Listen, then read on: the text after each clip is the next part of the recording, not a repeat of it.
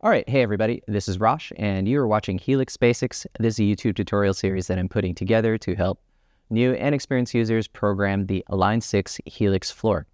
So a little about myself. Once again, my name is Rosh. I build and program guitar rigs out in the LA area as well as online. So my clients include Steve Vai, Leppard, Melissa Etheridge, A Perfect Circle, Bush, Kylie Minogue, and more. So I wanted to give back to the Helix community and show some tips and tricks on how to program the Line 6 Helix Floor. Now, if you've been watching this YouTube channel, you've definitely been seeing a ton of fractal audio content for the FM3, the XFX3, the FM9. What a lot of people don't know about me is I also program a lot of the other modelers out there on the market, including the Kemper, the Quad Cortex, and in this case, the Helix. So there's a lot of best practices when you're dialing in tones for a modeler, whether you're using it live, on tour, in the studio, on sessions, etc. So again, there's going to be a lot of crossover content that is going to be useful no matter what type of modeler you use. So if you've been watching the previous videos, the previous video was about using a factory preset as a starting point to edit your own sounds and everything like that. So I did that on the front panel of the Helix. This time I'm going to be using HX Edit to do exactly the same thing. So again, I find the editor way faster and way more intuitive and way quicker to dial in sounds and tones at home. The front panel of the Helix is definitely something that you can do all this stuff on, but you may want to relegate it to using it when you're either live or in a rehearsal or you don't have access to a computer, etc. So it's good to learn both, and I think you're going to find a lot of use out of this video as well. So what we're going to do is we're going to dial in a basic sound using the factory preset. And so right here, we have the US double normal right here. And of course, this whole column right here goes through all the factory presets in what is called a set list. So in the Helix, there are 8 set lists. So if we click this drop-down menu right here, you can see that there are about 8 set lists, 1, 2, 3, 4, 5, 6, 7, 8. And the factory set lists, the first 2, have all the factory presets direct from Line 6.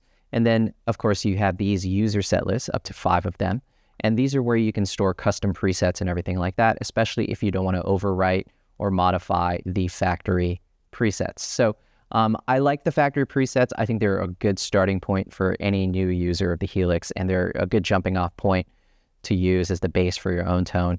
So my recommendation with most clients is always find a factory preset that sounds good to your ears, take that, copy it into a user set list, and then start modifying the preset to what your needs are, and then you can go from there. So again, what we're going to have right here is the US double norm. This is the basically a Fender Twin. So this is a Les Paul through the neck pickup. And so I think it's a pretty good generic bass clean tone. And what I'm going to do is I'm going to take this preset and I want to put it into a user set list and then start modifying it for needs that you would maybe, let's say you're doing a gig or something.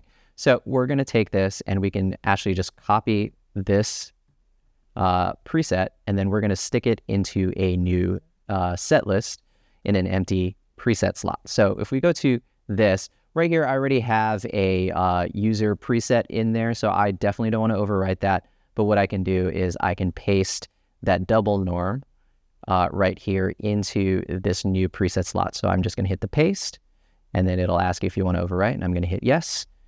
And then now what we're going to have is we have this new preset, and you can see that it copied all the settings, and of course we can rename it right up here. So we can call this Rosh tutorial or something like that.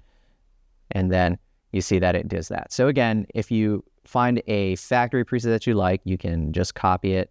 So I'll just do that one more time. Take this factory preset, copy it, and then what we're going to do is we're going to go into the drop-down menu, go down to one of our user set lists, and I'm going to overwrite this by pasting it.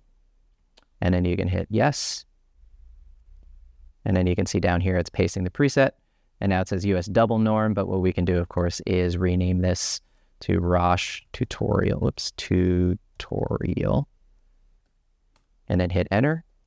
And then now we have a preset that we can do. Of course, we want to make sure that we're always saving our work. You can always go up to File, Save Preset As. And you can see right here, this Save Preset is grayed out because we haven't made any modifications to it. But for example, if I, maybe engage the compressor right there. You can see that now it says save preset, and it's asking, hey, do you want to save the preset with the compressor on, or whatever modifications you make to it. So make sure as you're editing your sounds, you're always constantly saving, so that in case you want to, you don't want to lose your work as you're doing this. So in the previous tutorial, I talked about the cab block. So let's talk about the cabinet block.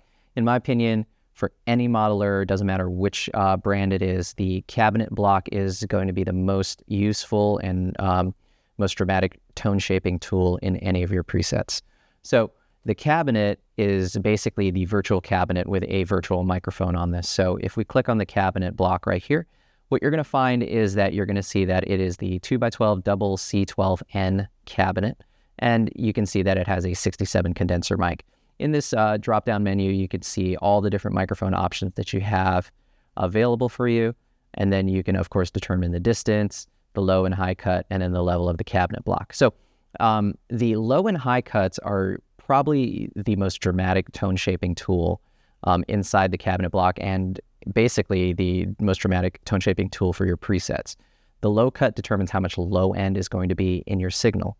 If you mic a guitar cabinet with any microphone, what you're going to notice is that the closer the microphone gets to the speaker, the more low end is going to be introduced. So this is not the same as like the bass knob on your amplifier in the real world if you're using a real amplifier. The proximity effect that is introduced by putting a microphone really close to a speaker is really dramatic, and the low cut definitely helps mitigate against this so that your tone isn't too boomy. So for example, I'm using a lav mic right now. If I take the lav mic off my collar and move it right up against here, you can hear that the proximity effect of just my voice onto a microphone is really dramatic. I'm just going to clip that back on my collar, and you can hear that the proximity effect is just something that happens no matter what type of microphone you use. So let's go with this cabinet right here, and you can hear that at 80 hertz is a good starting point. That's definitely a starting point that I recommend for everybody. And you can hear that, there's a good amount of low end, but it's not too boomy. And again, that's low E string. I'm playing, a Les Paul on the neck pickup. Now, if I remove the low cut, so I'll take the slider and go all the way to off, you can hear that there's just like a lot of boomy low end that doesn't need to be there, especially if you're using a full range cabinet for your guitar amplification, or if you're going through studio monitors, you're going to notice this kind of boomy low end. And of course, if we take the low cut too high, so let's take it up to some absurd number like this, there's not going to be enough low end, and your guitar tone is going to sound really wimpy. So you can hear, as we slide it, it starts adding more low end. So in my recommendation, usually 80 to 100 hertz is usually a good range to go from, depending on the type of music you play. And of course, I'm playing a 6-string guitar. If you play 7-string, 8-string, whatever, you may want to have a lower low cut so the low end can come in there. But again, just for like a standard 6-string guitar, standard tuning, 80 to 100 hertz is pretty good.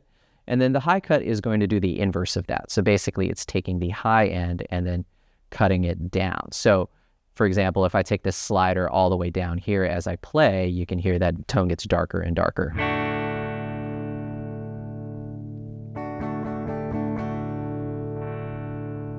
And of course, if I go all the way up here,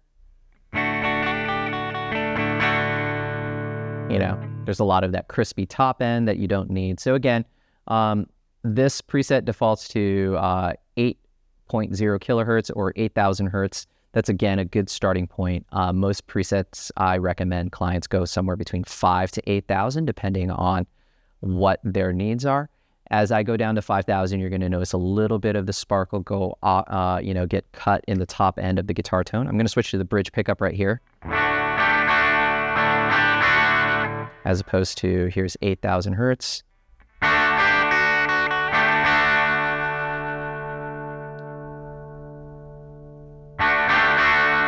So for people who want like a darker tone, they don't want too much of that spiky top end, you can go all the way down to 5,000 hertz, and it's not going to affect your guitar tone too much.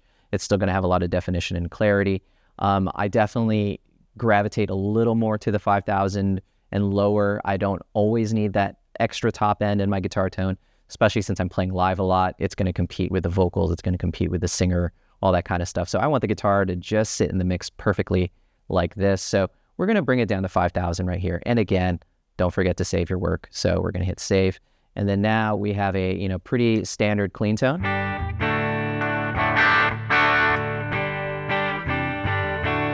And of course, you can go to the amp block and make any adjustments you need in the bass, mid, treble knobs, anything like that. I think this clean tone sounds pretty good right here as is, but I definitely wanted to chop a little of that top end off the cabinet block. Now, you're going to see that there's no overdrive in this preset. So what we're going to want to do is maybe we want to add like, an overdrive pedal so we can have a dirty sound. So I'm not going to use this compressor for the time being. So you can do a couple different things to replace it with an overdrive block. You can click this and hit the X, and that of course is going to delete it. Or you can, I'll just double click this preset to go back to how it was. You can of course click this and then go into any of these, columns and drop down menus to pick a different effect type that you want to put there. So in this case, we'll hit distortion, and then I can pick one of these options here. Don't forget this drop-down menu. You can, of course, pick the legacy options from some of the earlier Line 6 products like the M9, the M3, the M13, I believe.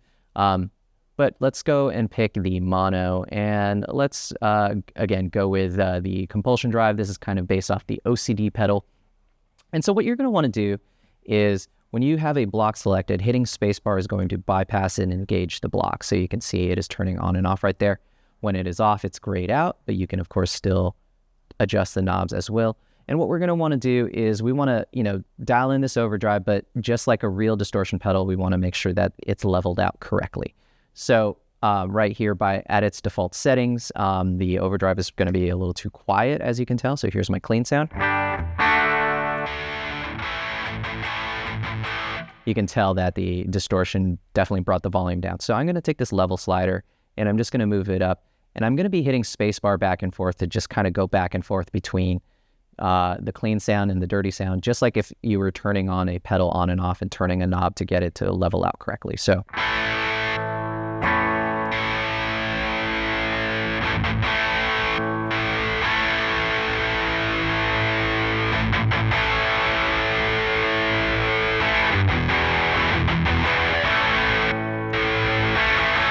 Yeah, I think that's pretty good right around there. I definitely try to make my overdrive sounds a little bit louder than my clean sounds, just by a hair, just because most of the time if you go into the chorus of a song, the band's going to get louder too.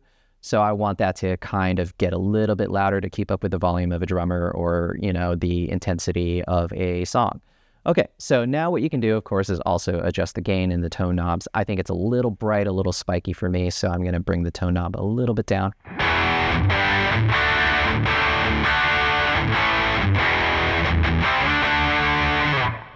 And I'm going to bring the gain down just a hair.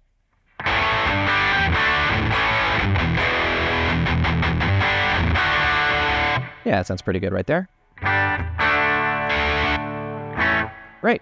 So now we've added an overdrive instead of the compressor, and we got a basic, clean and dirty sound that we can do. Now, the last thing that you're going to want to do, of course, is you want to assign this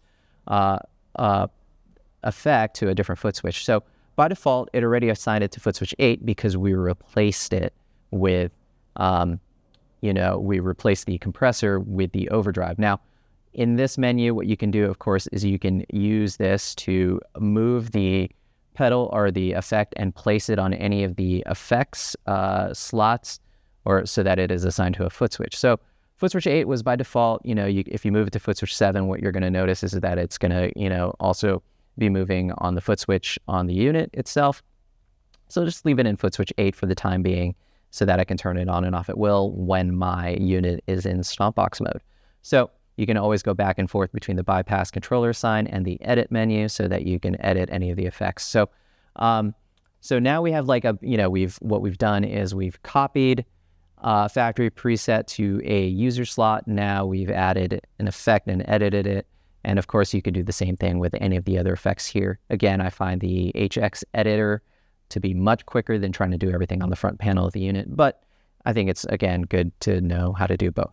So with that being said, I think this is a good spot to wrap it up for this tutorial. I will definitely make some more tutorials dialing in very specific blocks. But again, we're just dealing with the basics here. how to get some of your factory presets into a user set list and a blank user preset slot. And then now you have a basic preset with a clean and dirty sound.